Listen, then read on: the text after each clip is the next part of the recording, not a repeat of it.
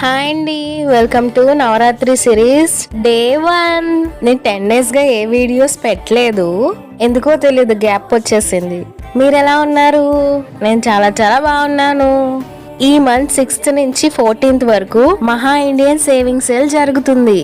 Up to 70% వరకు discounts అంట. Every 2 hours కి ఫ్లాష్ సేల్ కూడా జరుగుతుంది. దసరాకి కావాల్సినవి అన్ని కొనేసేద్దాం. నేను దసరా కోసం మీషో నుంచి బ్యాంగిల్ సెట్ తీసుకున్నాను 184 రూపీస్ కి.